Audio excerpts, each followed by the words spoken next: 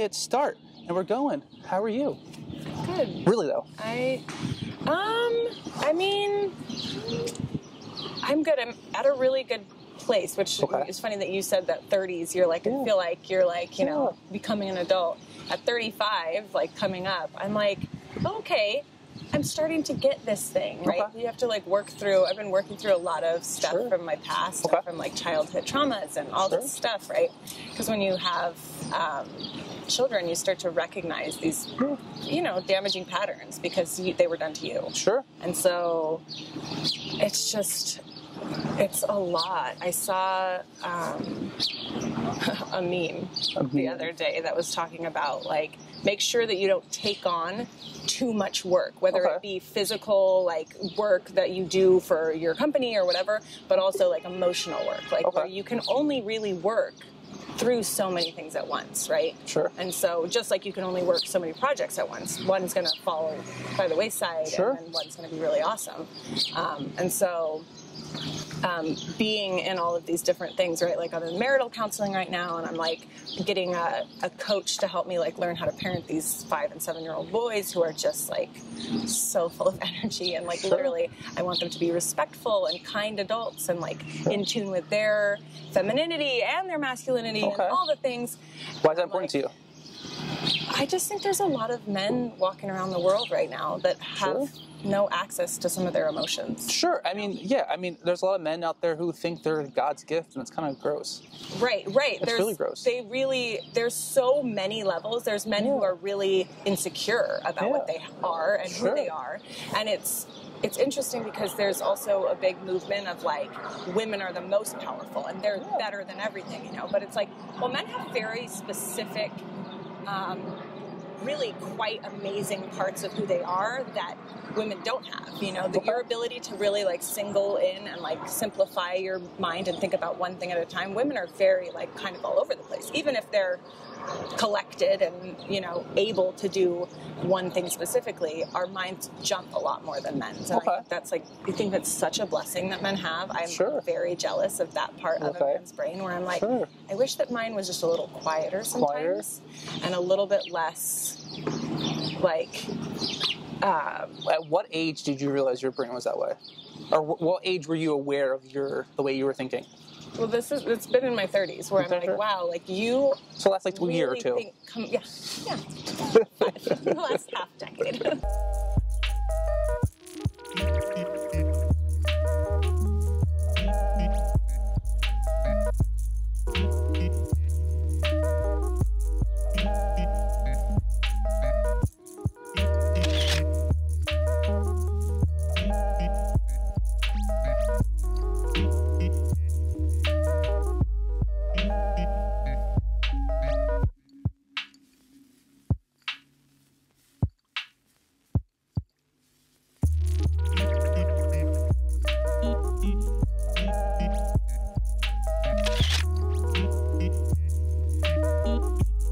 If I'm mistaken, you're from New Mexico, right? I'm from New Mexico. And then when did you come to New York?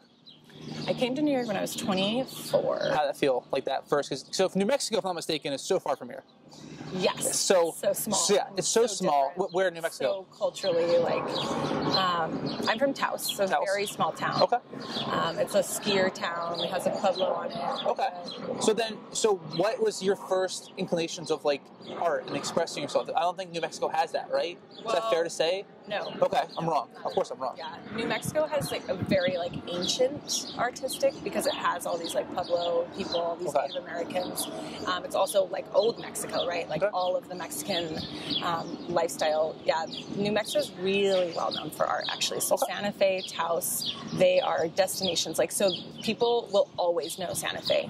So people know New York City and they know Santa Fe. And those are like really big art scenes for America. It's like one of the big ones. So because when you go there, like you have George O'Keeffe and you have all these like old school artists that like lived in that area. Frida Kahlo actually was in New Mexico for most of her life, I think.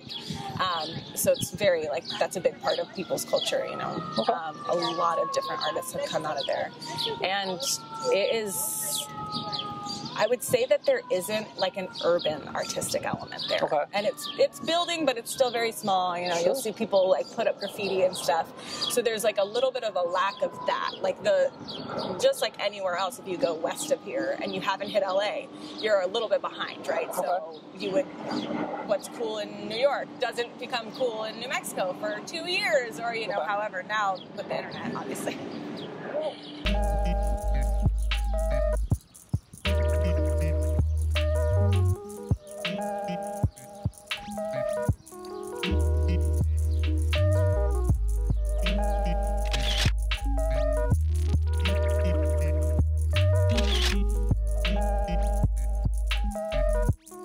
What are you chasing? Knowledge. Knowledge? Yeah. Why? Because I think that the more that we know, like, the more complete we are. Okay. You know, I think that when you live in a box and when you see something only in this very specific way, you just don't have the whole picture. Sure. You know? Sure.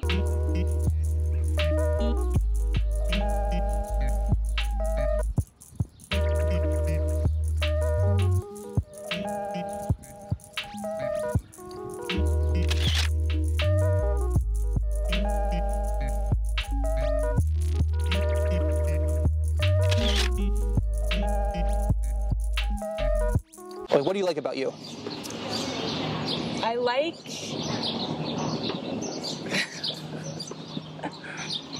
I can obviously narrate the conversation about what you hate about yourself, but that's so negative. Like, there has to be something you like about yourself, because we all always, like, there's so many things I'm like, God, I hate how I do that. Why did I say that? Oh, damn, why did I act like a dork in front of somebody? Yeah. But, like, there's things I like about myself. I like how confident I am. I like how I can problem solve. I like that I can just be like, what's going on, and understanding. So, what do you like about yourself?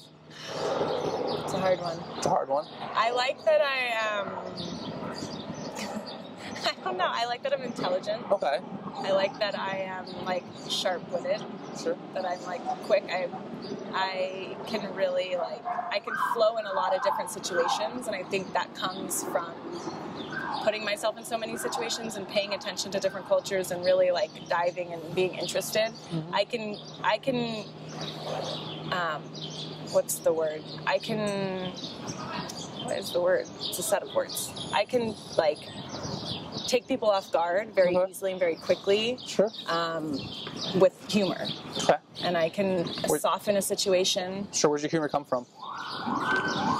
I'm not sure. Okay. My mom and my dad are not funny. I think all? it comes from my grandfather. My grandfather was, like, very, not necessarily funny, but he was very social and very able to keep a conversation going. He was definitely the type of guy that, like, pulled out information at a party, you know, like, he's like, did you know? So I think that some of that actually comes from my grandfather. And I'm like, when I like get dressed up to go out.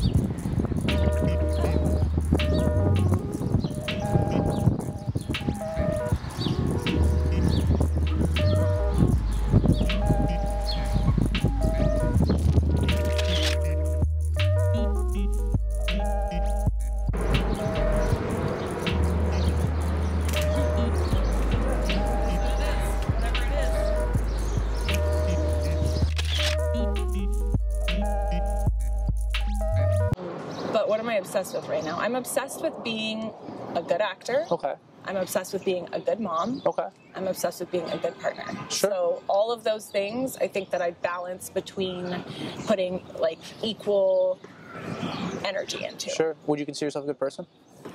Absolutely. Why? Because I uphold a certain moral standard that is global. Sure. Like, if I acted the way that I act in my everyday life, anywhere, in India, in anywhere, I think that they would, even if they didn't understand my specific way of praise and worship or whatever, or the way that I am, they would respect that I have some, you know, because different cultures have different things that you have to meet to be whatever. And I think that I am the type of person that Oh, there's 20 minutes.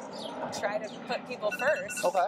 You know, I try to, like, definitely not always put people ahead of myself, but I am considerate. Sure. I'm very considerate, and I think that being considerate is something that we do not have enough of on the planet.